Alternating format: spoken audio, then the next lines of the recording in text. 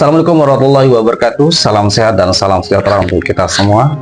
Kembali lagi bersama saya di Inspirasi Safwan Tawakal. Mencakup tentang masuk ekonomi, ya, karena ekonomi ini memang selalu menjadi pertentangan dalam kehidupan, apalagi kehidupan dalam rumah tangga. Begitu.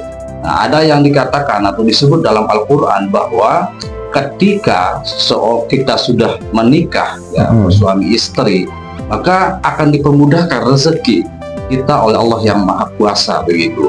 Tetapi ketika sudah bersuami istri, malah yang terjadi ekonomi minim. Kemudian itu menjadi suatu perceraian, begitu. Ekonominya tidak meningkat, ekonominya nggak menambah. Jadi itulah yang dijadikan sebagai alasan, begitu. Nah, itu solusinya bagaimana, Bang Andre, biar tidak seperti itu?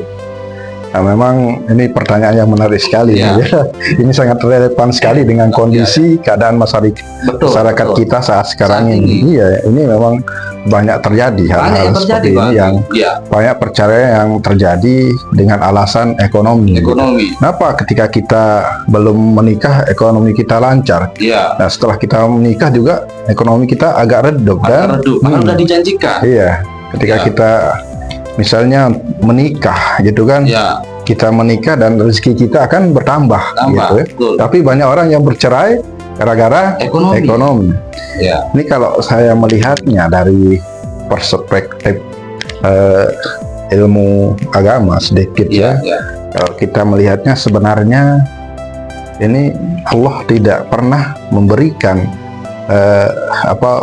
manusia itu masalah sebenarnya. Kalau kita mengutip surat Yunus ayat 44 itu, ya, Allah tidak pernah menzalimi manusia itu, tapi manusia itu sendiri yang menzalimi dirinya sendiri. Berarti masalah ekonomi sebenarnya dikambing hitamkan gitu sebagai alasannya. Mungkin ada faktor lain, tapi kita mungkin ada faktor lain di sana.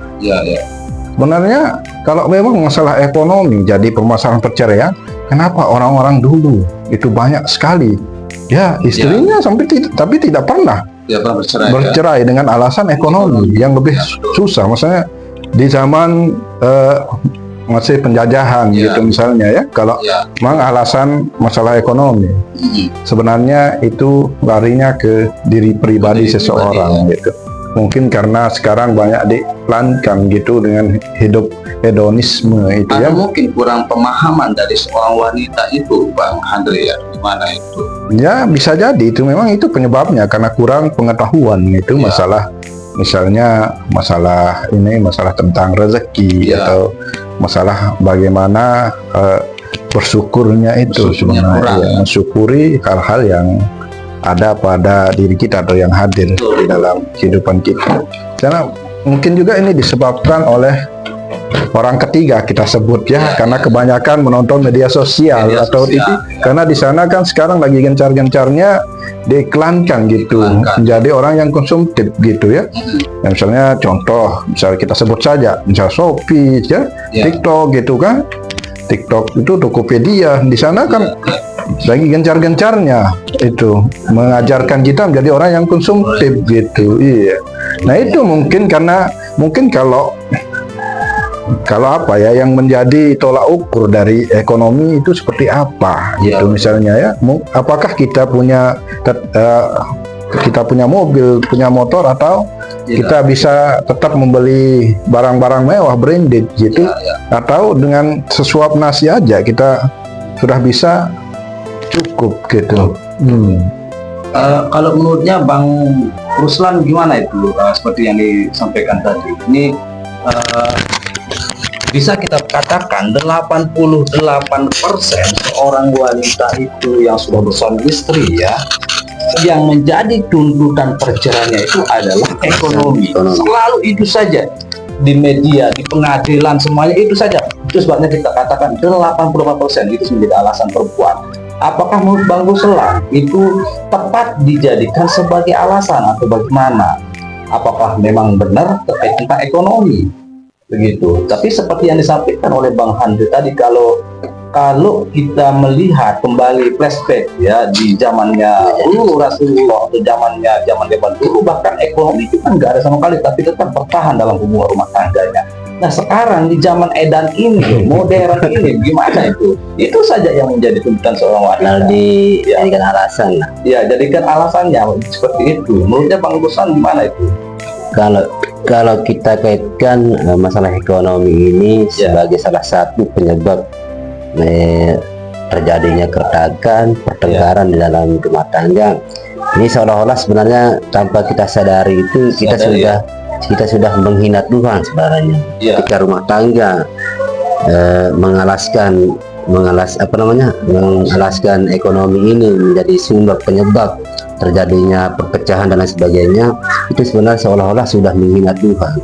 Dan dari awal Tuhan sudah menjanjikan kan, ketika sudah berumah tangga rezeki itu pasti akan sudah dijamin lah kan.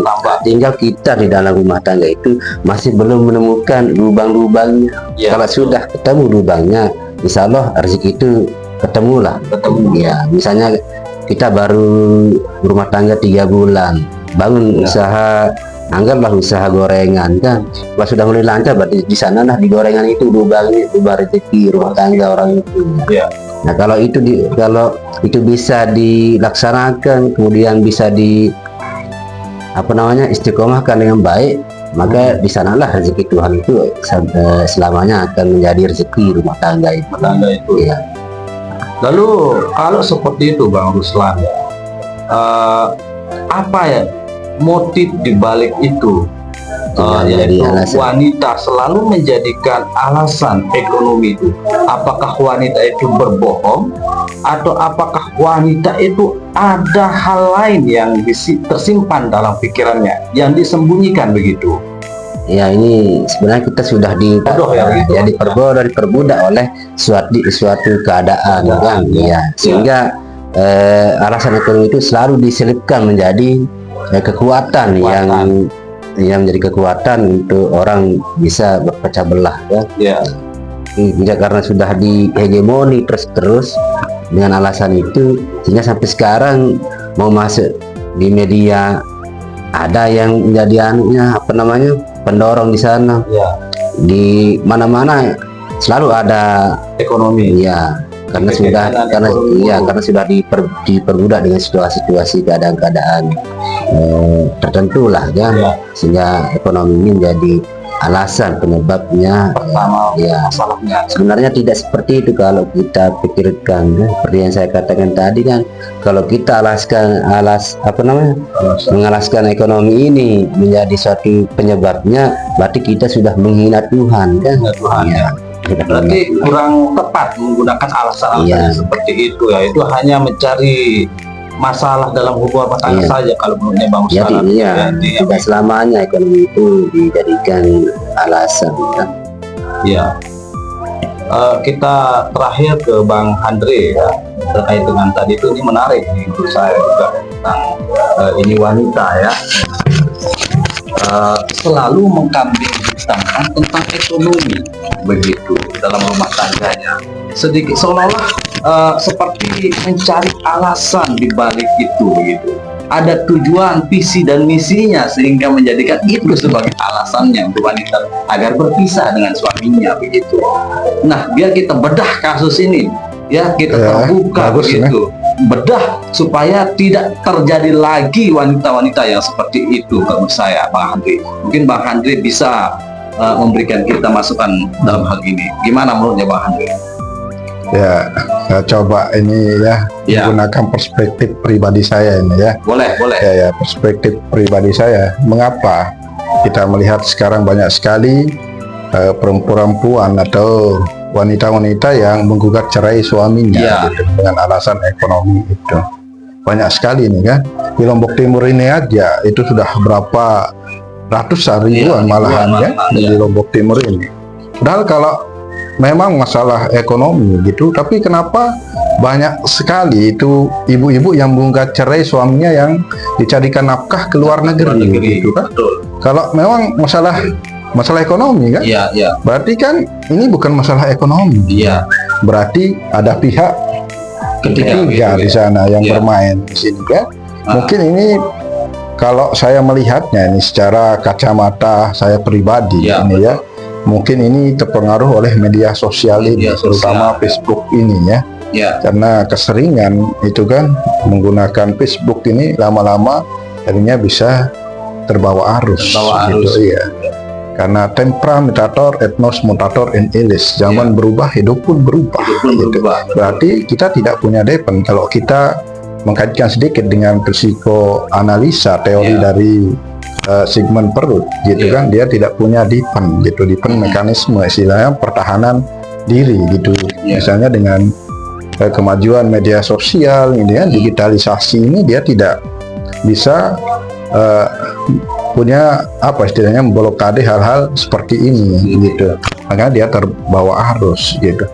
Jadi kalau alasannya cuma alasan ekonomi, saya yakin bukan masalah ekonomi gitu. Artinya itu bohong sebenarnya ya. Iya, Gimana? jelas itu kalau menurut saya secara pribadi gitu. Ya. Karena mana ada orang yang tidak dapat makan saat Iya, sekarang ini kan? Mungkin atau mungkin karena apa istilahnya ya? Mungkin tolak ukurnya terlalu tinggi mungkin Tinggi, dengan ya. ekonomi gitu, Iya. kekayaan kan mungkin terlalu tinggi. Makanya ketika kurang ya dinafkahi oleh suaminya, kita bisa bilang begitu ya, Iya. tidak bisa mengikuti misalnya tren-tren yang lagi tren saat sekarang ini ya. Mungkin itu yang menjadi alasannya gitu. Nah juga ini dari pribadi kita sendiri sebenarnya. Kita tidak bisa apa istilahnya membesarkan penerimaan kita, Ya. gitu. Rating in kita itu rasa penerimaan diri kita gitu yang terlalu kecil. Makanya kenapa dalam ilmu perspektif bersyukur itu ya, Ya. kalau kita mengkaitkan dengan ya, kita bersyukur dan kita melihatnya dari perspektif ilmu psikologi Ya. positif gitu ya. Kenapa dalam psikologi positif itu kenapa di sana mengedepankan bersyukur gitu? Karena mengedepankan bersyukur. Menurut psikologi positif gitu, bersyukur itu adalah cara manusia itu untuk menerima apa yang menjadi milik kita, yang ada dalam diri kita, untuk melihat hal-hal yang baik yang ada dalam diri Diri kita, kita, ya. gitu. Itu dalam perspektif ilmu psikologi positif gitu. Nah ini yang sebenarnya yang kurang bersyukur itu sebenarnya, yang kurang pada orang-orang yang